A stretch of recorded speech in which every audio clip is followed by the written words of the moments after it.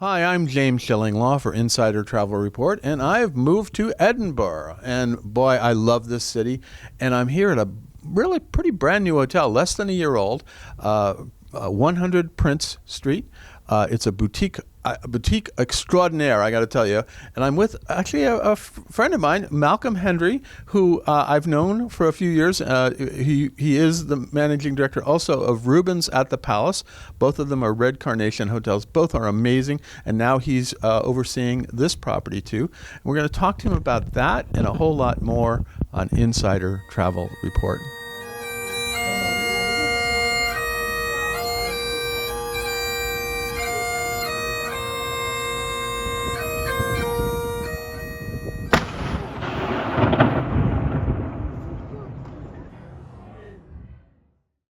Malcolm, great to see you. When I saw that you were my host here, I was like, I know him.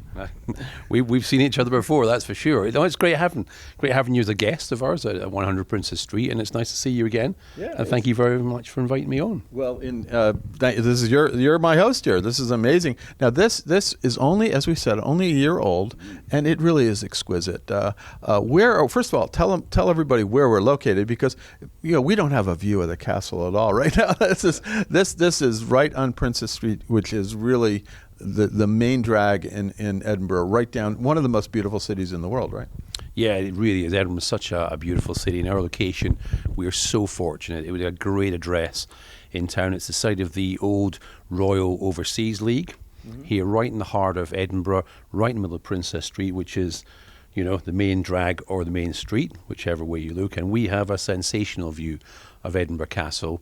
I know I'm very biased, but I see the very best right smack on the middle of it. Well, I'm looking forward to sunset around there and watching sunset on the castle. It's going to be kind of interesting. Yeah. I hope for an incredible sunset. We come up to our first anniversary in April of being opening, and no sunset is the same. I've seen a number of them. If we get a great one tonight, I want you to look not just for the castle, but on the 350 million year old volcanic rock that it actually sits on. Yeah, and it is gorgeous. The views are amazing, and I always love this city for that. I've fortunately been here many times. Now let's talk about the hotel itself. It's only got, 30 suites, right? Yeah, 30 bedrooms and suites, half facing the castle and half facing the new town. Okay.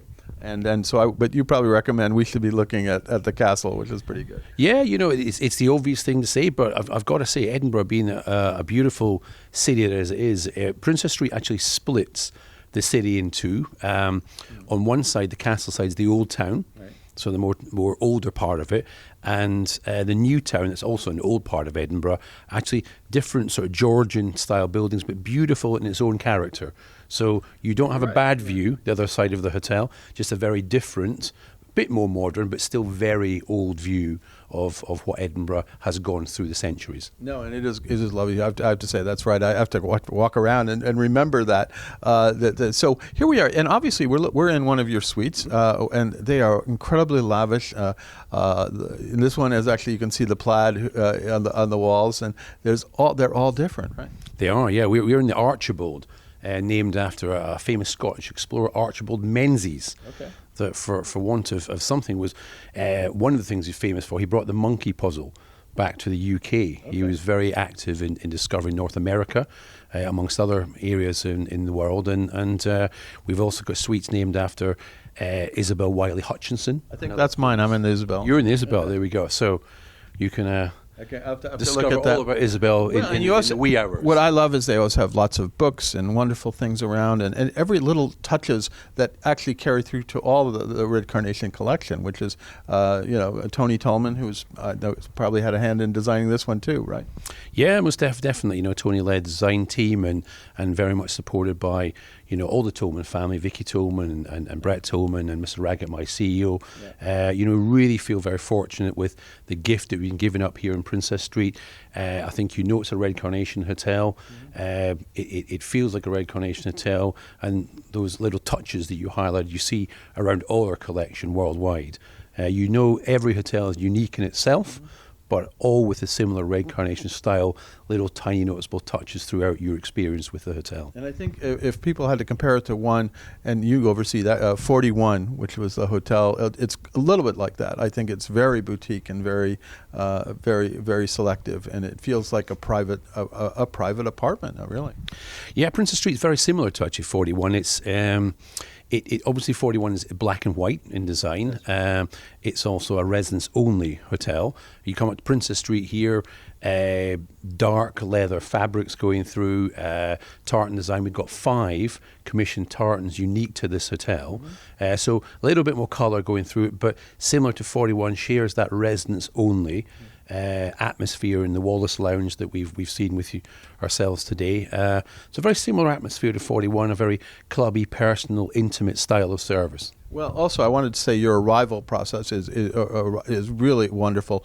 You come in on the ground floor, take a few steps up, and you're there, and there's a gentleman who greets you there and talks with you for a while, and then you wait till someone comes down to get you, to take you up to the Wallace room in those areas, right? That's right. I mean, we love our arrival process, and clearly we have elevators in the hotel, but we really encourage people to take our staircase. We've got the most magnificent, beautiful staircase, as a standalone staircase that it is, but up the staircase is a hand-painted mural by Croxford and Saunders and depict Victorian-style images of travelling scenes and scenes of discovery. I saw scenes of Antarctica versus like palm trees, so it was interesting. That's it. A lot of key areas of discovery around the globe. A lot of it through the Victorian sort of era. We love to bring it to life on the staircase and invite guests to take that journey throughout their own journey here in Edinburgh. So we love it. It's a great way to start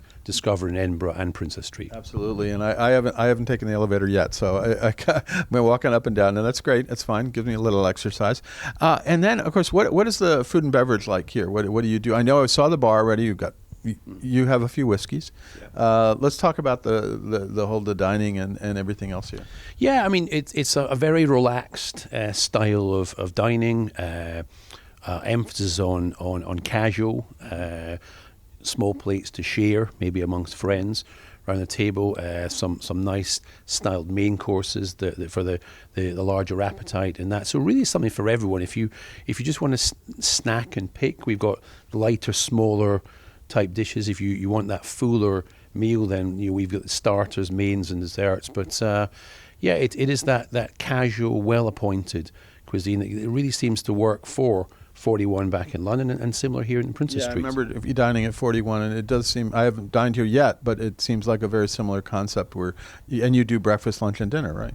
Breakfast, lunch, and dinner. Yeah, enjoy a full Scottish breakfast. Oh, I'm looking forward to that. We've got a hearty breakfast menu again for any appetite, light and large. But everything food wise we cater for. We've got a magnificent chef, Will Marry, that really, one of the things he just said to me last week, actually, one of the things he loves to do is to meet guests in person and to ask them what they want to eat. So it's very, very old style guest engagement, and he'll really tailor a dish. If there's something not in the menu you want, he loves to use Scottish produce. Yeah. He loves to go a little bit off piste as well, in a nice way, of course. So really, I think we've got a great selection of menus, but anything not on the menu, then chef's definitely the man. But this is before we move on to the whiskey element. I know, we're going to get to the whiskey. We should have started with that. But so you do get to the bar, and I don't know how many different kinds of single malts and everything else you have here, but I'm sure you have a lot. Yeah, we're up to about 200 bottles now. So we got 200 bottles, and within that number are some really, really excellent malts, really excellent. Our head barman, Dario, and whiskey ambassador is incredible. What he doesn't know about whiskey, I just don't know. It's really inspirational listening to him. He's passionate. He's knowledgeable. He'll take guests through a journey of discovery through their choice. He can tailor it for them. He can create an experience in terms of their appetite, in terms of what they like to drink, what they don't like to drink.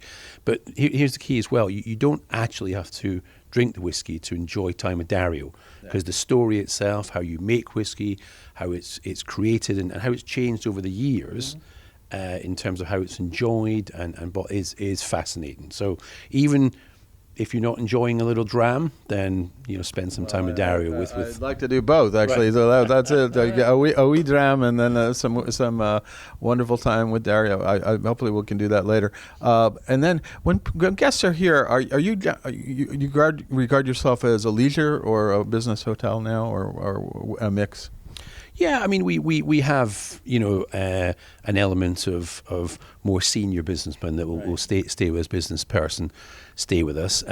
But we are predominantly a leisure orientated hotel. Edinburgh is an incredible business city and it's an incredible leisure city, but we are fairly strong in that leisure market, yes. And then, of course, when guests here, there's so many things to do, and I know you have a fantastic concierge who can organize stuff. I mean, I just told a group of your guests, have you been to the castle? They had not been, so obviously that's one of the essential things you have to do. But you can, walk down the Royal Mile. You can do, there's so much to do and see, and you're right in the heart of it, right? Yeah, it is, and in a boutique hotel, it's about we maybe don't have 3 restaurants and 3 bars and spas and everything that makes a large hotel what it is, if you like. But we have incredible connections around the city. We know the best bars to go to. We know the best restaurants to go to. We know the different styles of restaurants and bars, and we can tailor that to someone's interests.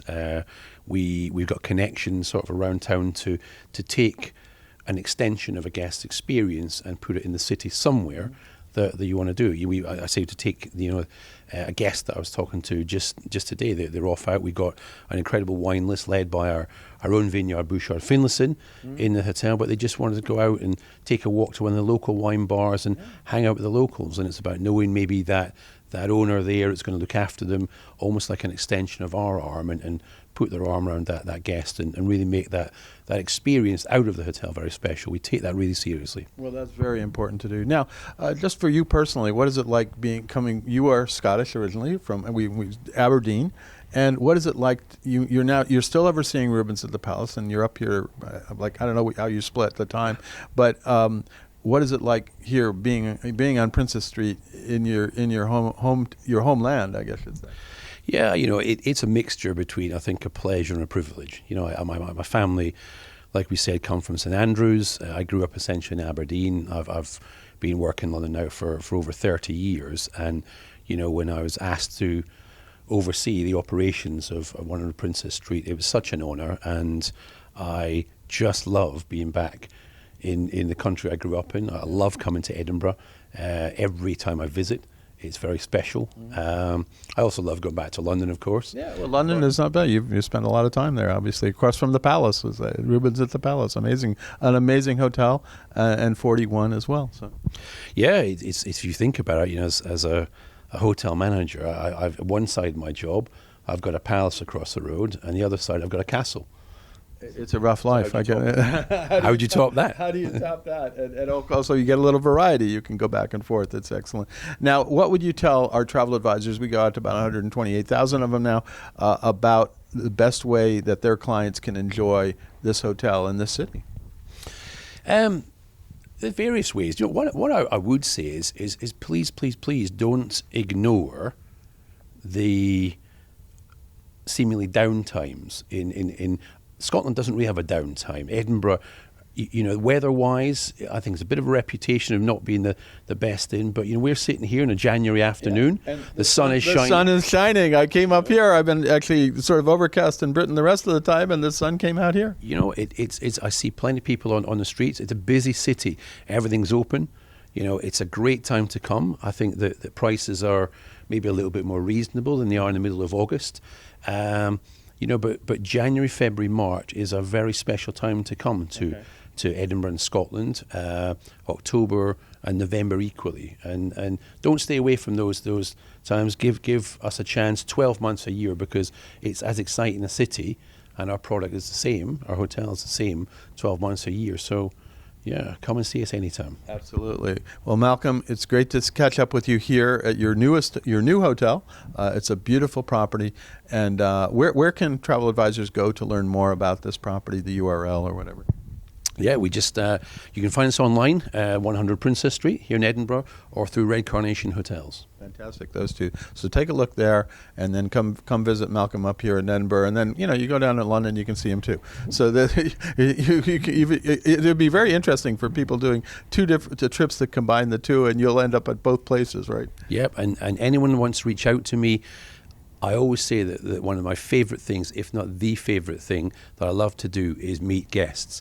So anyone in town, please come and see me. I'll meet anyone, and anyone who'd like me to say hello to your guest or spend some time there, or even buy a drink with any guest. Yeah, well, we're going for that afterwards. Because a Scotsman now and again buys a drink. That's another myth. But seriously, if any guest I can meet, anything to enhance the stay with us, please reach out to me. I'm on our website here, mhendry@rchmail.com. Love to hear from you. Fantastic. Well, Malcolm, again, thank you. I'm James Shillinglaw here at 100 Prince Street, and it's an amazing hotel here in Edinburgh. I'm so glad to be back in Edinburgh. I've been here many times, but the first time here at this wonderful hotel. And this is Insider Travel Report.